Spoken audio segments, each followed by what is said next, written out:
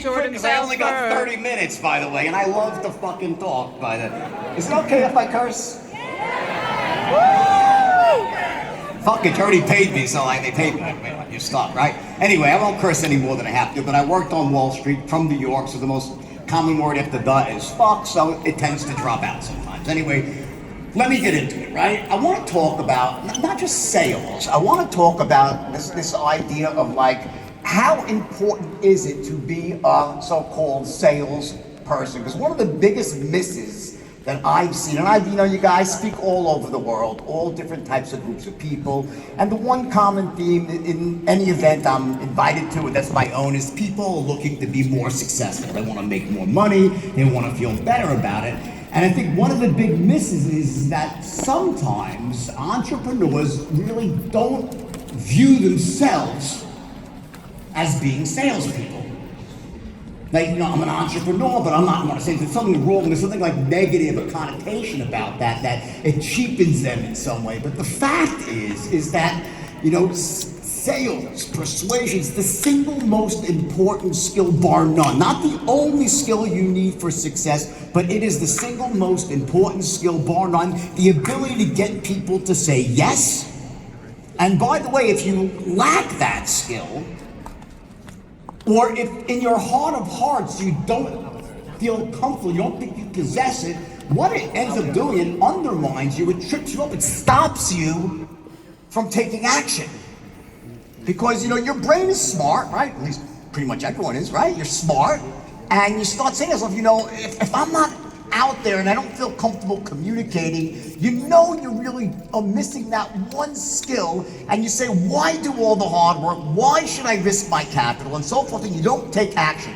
Let me tell you a story about this, and then I'm going to actually get in and try to very, very quickly teach you a basic overarching formula that'll make you far more effective at getting people to say yes. Sound good? Yes? All right, perfect, right? So, I got somebody. So, by the way, I'm sober for like around 25 years. No more Coke. All I have left is Red Bull. I'll take this instead. By the grace of God, much more sustainable, right? So, here's the story. So, after the movie, right? Obviously, it's, very difficult for me to go somewhere and not be noticed, right? And, there's sometimes I don't mind people come up to me in the street, in restaurants. I'm happy to take a picture, sign something, whatever. Great, all good. You gotta love your fans. It's the greatest thing in the world, right? But there are some times when you kind of wish you could be fucking unknown, right? And one of those is when you go for a massage in a hotel. Like when I'm lying there naked under the blanket here, I don't want to say, oh my God, so tell me about... I don't fucking want to hear it, right? But, it happens, right? So not that long ago, like 8 years ago, it's a while ago, right? I'm going to this hotel, right? And I, want to get a massage. I book it, go down. There's a female masseuse, nice girl, right? She's maybe 35 years old, right? And, I get in there, I get under the blanket, and she starts to massage me, and suddenly she realizes, right, that it's me. She's like, oh my God. I saw the movie, I saw your stuff online, and on, I'm like, oh, thank you. She's like, you want to sell me a pen? I'm like, oh, fucking Jesus, right? Like, you're the first person to ask me that, right? And she's like, well, I'm an entrepreneur too, I don't just do massages. So I'm like, oh, okay, well, this is not so, tell me about your business. And she starts to tell me about this business that she has, and it's involving something called healing shirts. These are shirts. And she has this going on out of her home, out of her kitchen, and she takes these t-shirts and she sews on these like certain types of stones, these healing stones, into like the different chakras of the body, right? And you put on this shirt, it's supposed to align your energy, make you feel better, blah, blah, fucking blah, right? And I'm like, oh wow, I'm like, this is the dumbest fucking idea. I'm like, oh, that's a really great idea, right? And she's going on and on about, and I'm like, wow. I'm like, you know what? She's that passionate, has that much conviction. I'm like, this might be a good business after. Who knows? Maybe people love this stuff, right? I can't use my map of the world, so people love this, right? And she's telling me how she sources the stones, how she buys the t-shirts, how she puts them together. She bought a sewing machine, and on and on and on and on. I'm like, wow, that's really great. I said, how many are you selling? She goes, well, I'm not selling any yet. And I'm like, why not? She says, well, I'm not a salesperson. Like, I really don't, that's not what I do. I have to find somebody else. I'm gonna look for a partner here that really knows how to sell this stuff. And I know this product. I'm like, holy fucking shit. And in that moment, like, it's shocking. That type of mentality is literally a losing proposition in life. Again, I'll say it again. You can have all the other skills for success. You can be brilliant, hardworking. You can have a great product. Okay, but if you don't have even a plan, by the way, but if you're not willing to put yourself out there and communicate effectively, you don't have the ability to get people to say yes, whether it's for recruiting, talent, because again, part of being successful is the ability to get people to come work for you by buying into your vision, selling your vision for the future, your mission, in a way that gets people to want to work for you and really get in there, not just do it as a paycheck player, but they're gonna want equity. They believe in what you're doing. The ability to inspire people, to lead people, the ability to go to investors and raise money. You could have the best idea in the world, but if you suck at explaining it, good luck. I'll tell you a story about that. I was hired by a brilliant guy, a trader, who was a volatility trader, and he had an 8-year track record of returning 12% above the S&P 500 on $500 million of his own money. Now, I don't know if you know how ridiculous that is, to beat the S&P by 12%, okay, on average with size, not with like $1,000, with size over a sustained period of time. And he wanted to start his own hedge fund and raise a few $1 billion, and he couldn't raise money. And he hired me to try to help him raise money. So he paid me it was like $100,000 for like a 1-hour consultation by Zoom.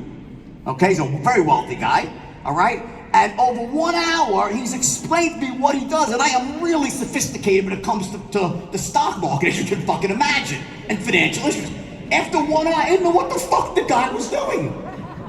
I'm like, I couldn't understand what he was trying, how he was making money, I said, listen, buddy, I'll tell you this. Number one, if I don't understand it, no one's gonna fucking understand it, right? And if you hire me, I promise you, I will teach you how to sell this. I knew it was something I just didn't quite know what was going on. He hired me, paid me $1 million, okay? And very quickly came to my house, we spent a day together. Within about 4 or 5 hours, I understood what he was doing. It was the simplest fucking thing. The simplest fucking thing. And the why, the edge he had, the reason he was able to do this made sense. He had been working on the floor of the options exchange since he was 16 years old. His dad had been the chairman of the exchange. He had charts and graphs and experience going back and models. It all made sense. And he had this, and it was and the type of fund he was doing with no 2 and 20, meaning no 2% management fee, and no 20%. He only was charging you 30% of what he did above the S&P. A great fucking fund. He couldn't raise money. Well, we worked together for about a week and a half or two. Then I went to a couple of meetings with the guy. He ended up raising billions of dollars for the fund. And the first year, he beat the S&P by 118%. Oh, don't clap yet, because the fucking next year wasn't so good. So unfortunately, and he's the nicest guy in the world. He beat the S&P by 118% because he had some huge trade on, and the fucking VIX went wild, the volatility exchange, and he just sent it in, and he was voted #1 new hedge fund of the year. And then the next year he took down ABN AMRO. Something fucking happened. There was disparity. It was a once-in-a-lifetime black swan event where he did nothing wrong, did not get in trouble. You get it? And the markets locked up. I think it was right around COVID. And they froze his positions. He got locked out in the margin. Anyway, lost everything. And it cost ABN AMRO like $800 million. I mean, maybe even more. Who fucking knows? The point, that's a sad part of the story. But the point is that at the end of the day, you can have the best idea in the world. You could have even, by the way, you could even have the best business plan for that idea. But if you don't have the ability to explain it in a way to people that gets them to want to buy into it with their time, their money, their sweat equity, whatever that might be, it's going to be very difficult to succeed. And that's why I always say it's the single most important skill. It's not the only skill, but it's fucking mission critical. Now, when I say, getting people to say yes, let me just very quickly tell you what that doesn't mean. In sales, and we're using sales in the terms of as an entrepreneur, in all the things that you would need, negotiating leases, raising money, everything, recruiting people, and selling shit, whatever it might be, right? Let me tell you what it doesn't mean. What a professional salesperson, professional communicator does not do is you're not looking to take people who are not interested in what you have and somehow, magically, through pressure or semantics or some clever sleight of hand, get those people to say yes. That's not what a professional communicator does. That's a fool's errand, okay? It's actually very different. What a professional salesperson / communicator does is they will sift through a very large universe of people, and hopefully, that comes from your marketing. You have marketing on one side, you have sales on the other. Marketing is the process of identifying who your potential best buyers are, bringing them into your funnel, and I'm using words that are sales, but it could be anything, recruiting funnel, whatever it could be, raising money funnel, product funnel, right? Bring them into your funnel in a cost-effective way. And that's when communication, sales, persuasion takes over to monetize that effort. And no matter how targeted your effort is, your marketing effort, they're not all going to be the right people. So this first part of it is literally sifting through the people and finding the ones who are potentially interested and financially qualified, or qualified in terms of they have the right attributes if you're going to hire them and so forth, right? They have the right amount of money if you want to raise money from them, whatever it might be.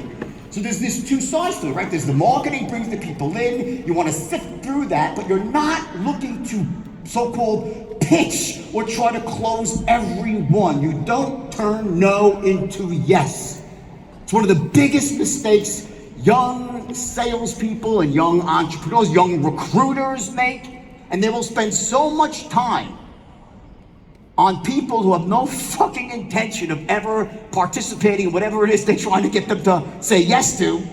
And then they say, fuck, I don't know, I'm not that good at this. No, you're speaking to the wrong people. So part of it is identifying the right people, and what you're really trying to do is not take no and turn it into yes. You want to take, let me think about it, and turn it into yes. It's not the right time right now, and turn that into yes. Let me call you back, send me an email, you can speak to my wife, my business partner, the tooth fucking fairy, Santa Claus, whatever it might be, right? We call those common objections. Let me think about it, so one that fucking, oh fuck, not again, right? When you actually know how to influence the right way, you're waiting for that. I'm like, fucking no, right. Because once I hear that, or let me call you back, or let me speak to this one or that one, or it's, back to school time, it's tax time, it's Christmas time, it's fucking leap year, it's Groundhog's Day, whatever it might be, whatever the excuse is, right? I know now is the time I can roll up my sleeves and do my job. And thank God for that. Thank God it's not so easy. It was so easy, everyone in the world could be successful at it. But it's not always so easy, but I'll tell you what it is. Sales, persuasion, communication, it's an entirely learnable skill. It's learnable. It's not like I just wasn't fucking born that way. Well, okay, fair enough. I'm not trying to say you could just, hey, give me 25 minutes, I'll turn you into me. I'm not saying that. I'll give you an example. I love tennis. I used to play so much, I blew out both my fucking shoulders, unfortunately. This one's metal, this one needs to be metal, right? So it gets a little more difficult when you get fucking older, but I played with some amazing players. People like Spadia and Tarang. These are guys, world-class, top 10 in the world players, right? Vince Spadia, right? Hit the ball so hard, banged out my shoulders, and I frickin' got really good. I'm sure any good tennis players in the room? Few probably, right? I would have before my surgeries kicked most of your asses, right? And I was playing 3 hours a day, every day, drilling in impeccable shape. Put me on the court with Federer, I won't get a fucking point. There is no amount of practice or lessons that could make me compete with the Spadia. They're better, they're more talented naturally than me. They are. I wasn't blessed with the natural physical ability, whatever it is, hand-eye coordination. I'm not spastic or anything. But some people are blessed with natural ability. I have that when it comes to sales, I do. Always broke the records from the start. So I'm not saying, yeah, just listen to this fucking tip and I'll turn you into me. That's not what I mean. But what you can do, anyone can do, is with a little bit of work, a little bit of training, is become good enough so it doesn't hold you back. So that you feel comfortable when you find yourself in that situation and you excel. So if you suck, you become good enough. If you're good, you can become great. If you're great, you can become one of the best. You can get better. And you remove it from the equation. And I urge everybody here, if you struggle with that, then learn it. Don't sell you, and it's not just that skill. By the way, listen, Andrew, like one of the things I love about Andrew is tax stuff, right? I love making money. I hate fucking paying taxes. So what do? You go to an expert. You go to an expert, right? And I believe in mentors. So learn. Grow yourself. You grow yourself, you can't help but succeed. I think one of the big mistakes people make when they do go into business is sometimes they fail to realize that the business they've chosen requires a specialized skill or specialized knowledge. And they don't take the time to truly fucking learn it, to educate themselves, to grow themselves. Like real estate. Eddie does right. You're gonna buy real estate. Well, what do you want to do? Fucking reinvent the fucking wheel? Or go to a proven expert who will show you do A, do B, do C. You gotta be a moron not to. And real estate is awesome, especially here in Florida, right? It's like a fucking printing press, right? So why wouldn't you? But people are weird. No, I'll figure it out myself. I'll go to chat GPT. Good fucking luck with that, right? My hallucinate, they'll be buying an old age home and fucking after they invent longevity drugs that make people live forever, right? But the point is this, okay? Sales is not one of those skills that you might have to learn, you have to learn it. So let me very quickly give you a tip here. Because I only have like 11 minutes to go and I could fucking speak for 3 hours if they let me. They need the hook to take me off if they would let me, right? But what does it really mean when I say, turning, let me think about it to yes? Here's the basic gist of it. Number one, when you think of sales, it's really about certainty. So, sales is the transference of emotion.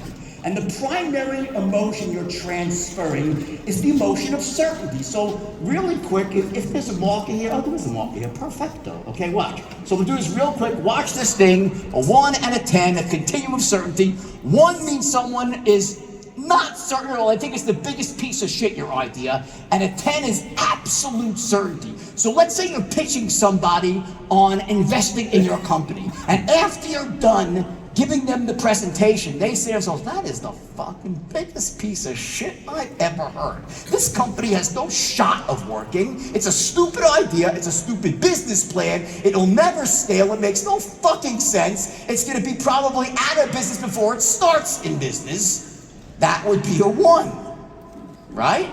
That's what a 1. After you're done explaining your idea to an investor, they're at a 1, okay? A 10 would be what? Oh, fuck. Man, that is one hell of a business, man. Wow, what an industry. Holy shit. And the fucking and the niche they have in the market and the advantages they have, the positioning. Oh my God, the operations, the technology, the moat. Holy shit. If I put my money in, it's gonna be a fucking 10-bagger for sure. That's a 10, right? So, quick question, right? Where would you want someone to be when you ask them, so I'd like you to put in $1 million. Where would you want to be, a 1 or a 10? 10. And a 10 is close to it, right? Right? And then, of course, you have the different layers of that, right? Well, they could be at a 5. It's not the worst piece of shit in the world, but but it's not the best. It's like ambivalence. Then you have a 7, sounds pretty good, not nearly as good as a 10. A 3 kind of sucks and cock, but not as bad as a fucking 1. Right? You have the continuum. Right? So think about this. So let's say you're looking to raise money for your company. Right? And let's say after you're done presenting, you show them your fancy deck and you tell them everything, they answer questions. And when they're done, they're at a 10. And they have a lot of money. And you say, I'd like to have you invest $250,000. And they have millions in the bank. Will they put it in, yes or no? The answer is not yes and not no. The answer is maybe. Maybe they will, maybe they won't. Why? Because what if in the process of you making them so certain, you did it in a way that made them not trust you, made them not like you? Good luck trying to raise money or sell something to someone that doesn't trust you. In fact, if they love the idea so much, they'll find another company just like yours and invest with someone they trust that has that company. So it's not enough. It's not enough that someone loves your idea or your product. They also have to trust and connect with you, right? So let's say you do that. Let's say after you're done, not only do they love the idea, they're at a 10, but they also trust you. They say, wow, that person, wow, what a great businessman. They really, you know what I'm saying? And they really seem to be ethical, honest. I can see this person really scaling a man. That's a 10, 1, oh, this person's out the fuck. Great idea, wrong fucking person, right? What an asshole. Wouldn't trust them as far as I can throw them. Obviously, you want them as close to a 10 as possible, right? So let's say you do that. Question, will they buy now? Again, the answer is maybe they will, maybe they won't. Why? Because there's typically a third element involved, and sometimes they can collapse into one, but mostly that's distinct. And that is the company that stands behind the idea. Who's on your team? Or, what company is delivering the product? They don't trust the company, especially in the sales, and when you're delivering a product, great, I love the product itself. Wow, that's great insurance. This is great insurance. The health insurance is great. And I love the insurance agent, but that fucking carrier, they're never gonna deny. They're gonna deny my claims. They're one of those people that should probably, be thrown in jail for just screwing over all the people because they're just so damn greedy. They're the problem and blah, blah. Right? Essentially, one of the biggest mistakes that people make when they influence, when they try to close, when they try to get someone to say yes, is they are blissfully unaware that it's not just about the idea. You're not just selling an idea. You're not just selling a concept. You're not just selling a product. You're selling you, yourself, and the company that stands behind you. And in fact, the goal is to get someone to a 10, 10, or as close as you can in a single moment in time and ask them to buy or invest or place an order, whatever it might be. And if you get them there, you got a good shot. And if you don't, well, then there's other ways you can go about in the process I call looping to increase their level of certainty beyond that. It gets a bit out of this, we only have, 5 minutes left, right? But the point is this. The point is this formula is why people typically say, let me think about it. It's a very nice way for someone to say, I'm not certain. Let me think about it because I need to make myself more certain. I need to find out more about, is it the company? Maybe. Is it about the product? Maybe. Is it you? You don't know which one, but it's going to be some level of certainty or lack thereof. And here's the thing that's really fucking wild. Here's the question. Where were they when they entered the encounter? The conversation. Where were they? Where was any human being when they entered? Were they at a 5, a 3, a 7, a 1? Anyone want to guess? 2. Who fucking knows? Unless there's any mind readers here, the great Kreskin, he probably knows, right? Mind reader David Blaine fucking knows. Oh, you're a fucking 7, because here's the deal. It's based on all your preconceived notions, your experiences, what you've seen, heard, read, everything you've ever heard. Because here's the deal. You know where they are? I promise you this. You know where they are? Somewhere. You know why? Because they're from planet Earth. Whatever you're selling, their brain has heard something about it before, and whatever they don't know will instantly fill in the blanks and kind of estimate, this sounds decent, that sounds great, based on their preconceived notions, what they've seen, heard, experienced. That's where they land. So essentially what's happening as you move through a conversation, I call it the straight line, it's a conversation, negotiation, whatever it might be. Your job is to take someone from wherever they landed on that scale, and move them through a conversation, through language and sales aids and whatnot, and body language and tonality, to as close to a 10 as possible. And if you do that right, you've got an excellent shot of closing them. Now, I said to you guys, because we're pretty much out of time, I've got 3 minutes left, right? So I said to you in the beginning, I said, sales is the transference of emotion. The emotion is certainty, right? Certainty about an idea, product, concept, whatever, right? About you, they trust and connect with you. They trust and connect with the product, with the company that stands behind the product, right? And I said, where are they? I said, well, they're somewhere. And I said, it's the transference of emotion, right? Your transfer. So here's my question. Where are you on the certainty scale at the beginning of the encounter? Well, I'll give you a hint. You better be at a fucking 10 and damn sure of it, or you're selling the wrong thing. In other words, why are you at a 10 and why aren't they? You know why? Because you know everything there is to know about what you're selling. You know all the benefits. You know how awesome it is. You know how hard you'll work with someone, how ethical you'll be, how much value you'll deliver, how great you know all this. They don't know. So it's your job. When I say transfer certainty, that certainty comes from you. I call it the straight line, but this art, this way you go about doing that, well, that's like the pipes, the HVAC system. That's like the pipes in a house. You have a boiler in the basement. You have the pipes, and you have rooms. Well, if you want to heat the rooms or cool the rooms, so you want to heat the rooms, right? Well, guess what? The straight line is like the pipes. You are the furnace. You are the furnace. The certainty has to come from you. Which means you have to learn, and I hate to get into the whole inner game, but there's an inner game of success, there's an outer game of success, and on the inner game, one of those things is managing your emotional state and entering equations like this in business. Not always, you don't always want to walk around in a state of certainty, right? Just imagine someone that's always certain, walking around with their shoulders pulled back. What do you call them? An asshole, right? I'm not saying to walk around all day long, I'm fucking certain, but there are these moments when you're selling, negotiating, to be certain and transfer that certainty through language, through body language, through tonality, transfer that to another human being. And if you learn to do that, and you can, it's a learnable skill. All you gotta do is get a strategy and practice like anything else.